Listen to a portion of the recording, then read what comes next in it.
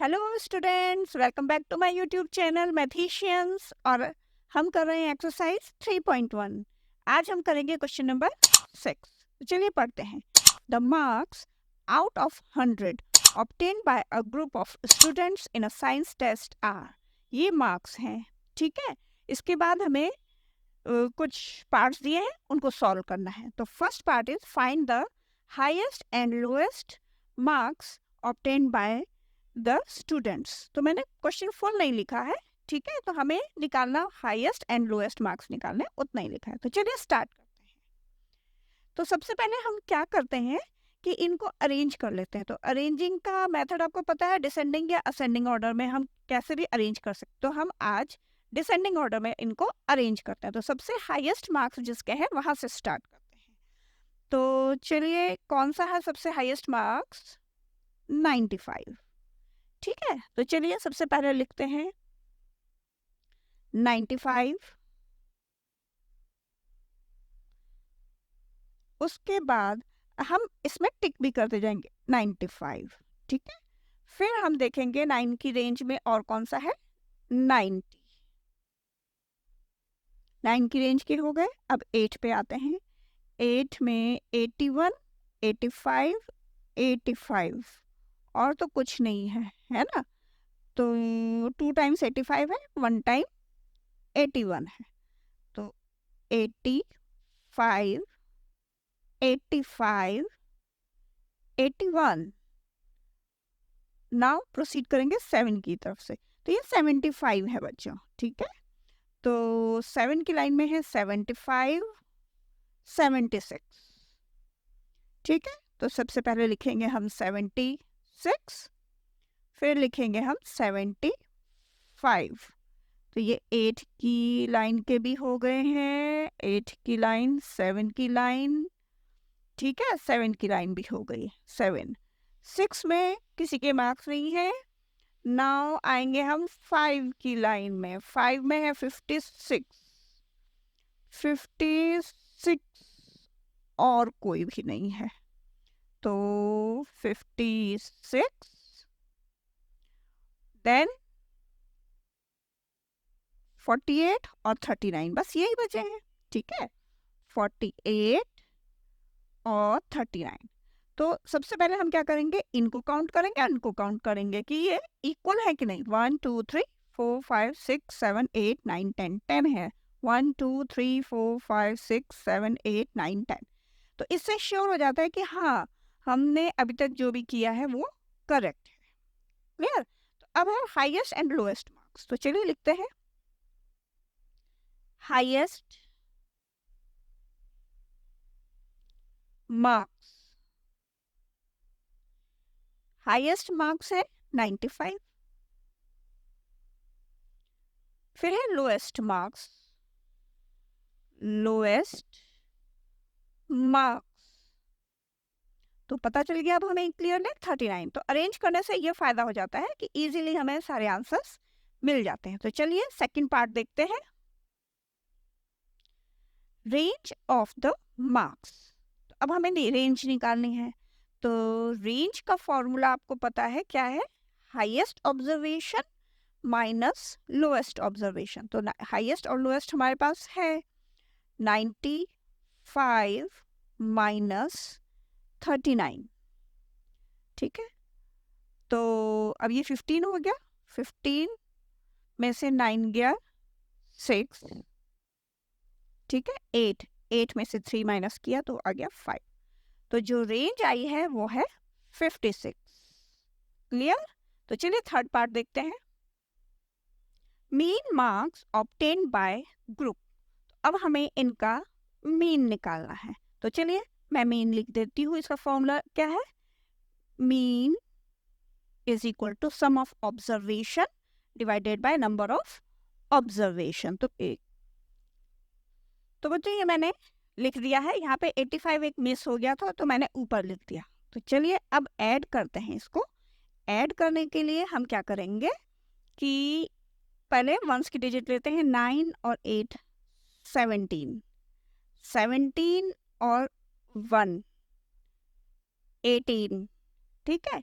18 और अब इस 6 को ऐड करेंगे 18 तो ये 12 होता है ना, 18 और 12 हो जाएगा कितना, 18 और 12 हो जाएगा 30 और अब बच गई है 30 और 10 40 और ये 10 50 50 0 आ जाएगा, कैरी आ गया हमारे पास 5, उसको रिमाइंड रखेंगे तो 5 और 3 8, अब 8 2 जा 16, 8 3 जा 24, 8 4 जा 32, तो ये हमारी 8 की लाइन कंप्लीट हो गया।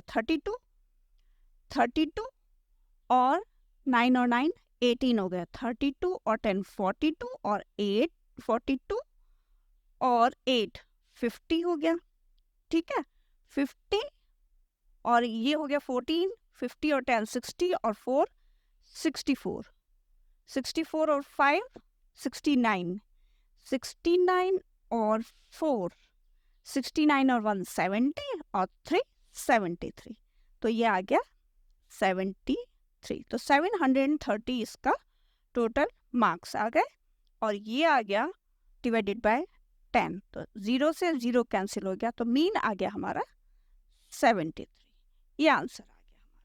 तो बहुत केयरफुली इनको ऐड करना पड़ता है, जैसे मेरे से ही मिस्टेक हो गई इसी तरह से किसी से भी हो सकती है, ठीक है, तो बहुत केयर करके इनको करिएगा solve.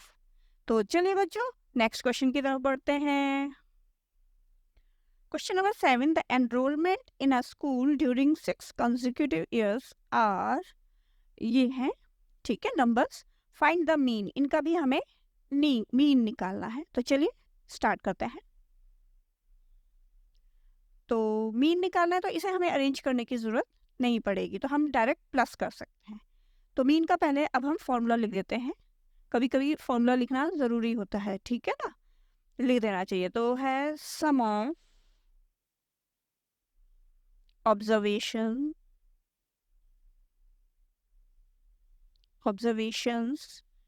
divided by number of observations। जब आप एग्जाम में एक ही क्वेश्चन करते हैं, क्योंकि एक ही क्वेश्चन आता है, तो आपको फॉर्मूला लिख देना चाहिए। जब हम कंटिन्यूअस करते रहते हैं तो हम स्किप भी कर सकते हैं, ठीक है ना, तो कभी कभी लिख दिया कभी कभी स्किप कर दिया। तो चलिए इनको ऐड कर देती हूँ, इनको लिख देती हूँ, प्लस कर देती हूँ। ये मैंने फॉर्मूले में लिख दिया है इसको, तो चलिए अब हम इनको प्लस कर लेते हैं। तो चलिए जैसे पहले किया वैसे ही करेंगे, 0 0 ये हो गया 3 3 5 और 3 8, क्लियर। नाउ टेंस में आ जाएंगे 2 4 और 2 6 1 7 7 और 7 14 14 और ये 10 हो जाएगा, 14 और 10 24, तो 4 कैरी 2 8 और 2 10 10 और 5 15 15 और 5 20 और ये हो जाएंगे 13, ठीक है 20 और 10 30, 20 और 10 30 और 3 33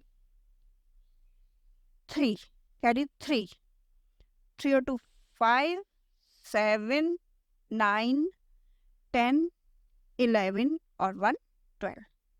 तो ज़्यादा मुश्किल नहीं होता, इस तरह से भी हमें करना, ठीक है, प्रैक्टिस करेंगे तो फिर हो जाएगी। अब हम इनका करेंगे डिवाइड, तो ये हम ऐसे भी डिवाइड कर सकते हैं, ठीक है, कट भी कर सकते हैं, तो चलिए कट कर लेते हैं। तो 6 से करें डायरेक्ट, 6 1 जा 6 6 2 जा 12, ठीक है। अब देखिए यहाँ पे 3 हो गया, ये छोटा हो गया, तो हमें क्या करना पड़ेगा, एक 0 लगाना पड़ेगा।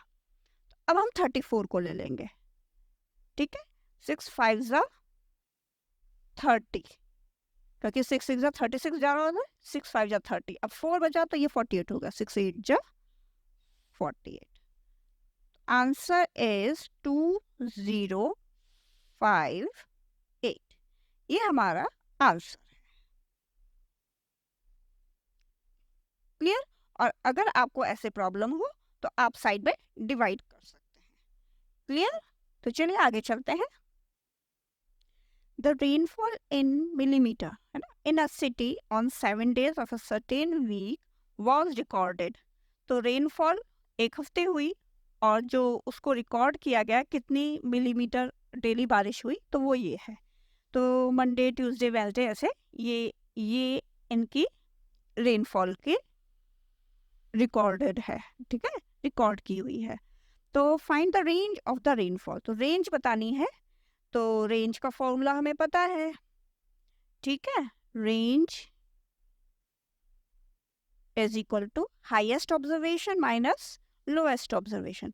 तो हाईएस्ट ऑब्जर्वेशन इज 20.5 माइनस और लोएस्ट है 0.0, ठीक है ना, तो माइनस उसी से करेंगे हम, तो आंसर आ जाएगा 20.5, ये हमारी रेंज आ जाएगी। क्लियर? तो चलिए सेकंड पार्ट देखते हैं। फाइंड द मीन रेनफॉल, तो अगेन मीन निकालेंगे हम। मीन इज इक्वल टू, तो इनको मैं लिख देती हूँ फटाफट।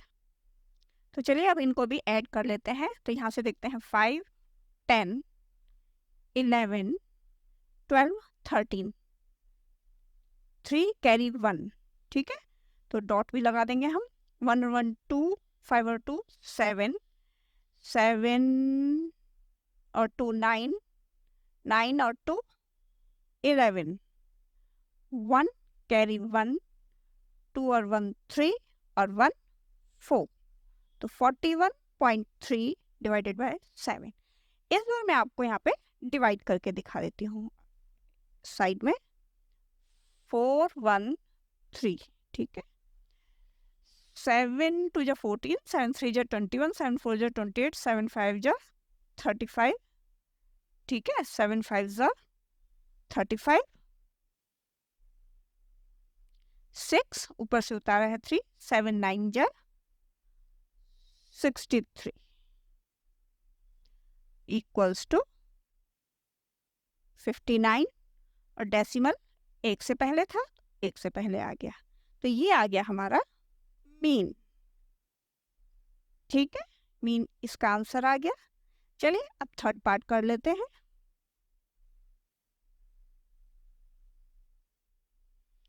Now third part, on how many days was the rainfall less than the mean rainfall? Means उन 7 days में हमें बताना है कि मीन रेनफॉल से कितनी कौन कौन से डेज में लेस हुई हैं। तो चलिए पहले हम देखें, लिख देंगे कि मीन रेनफॉल क्या थी, है ना, mean rainfall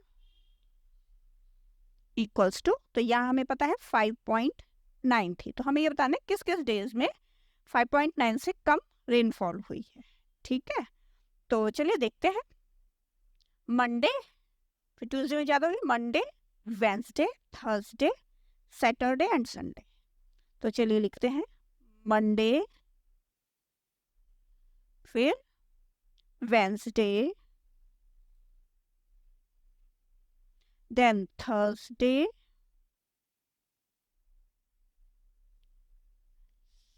Saturday and Sunday,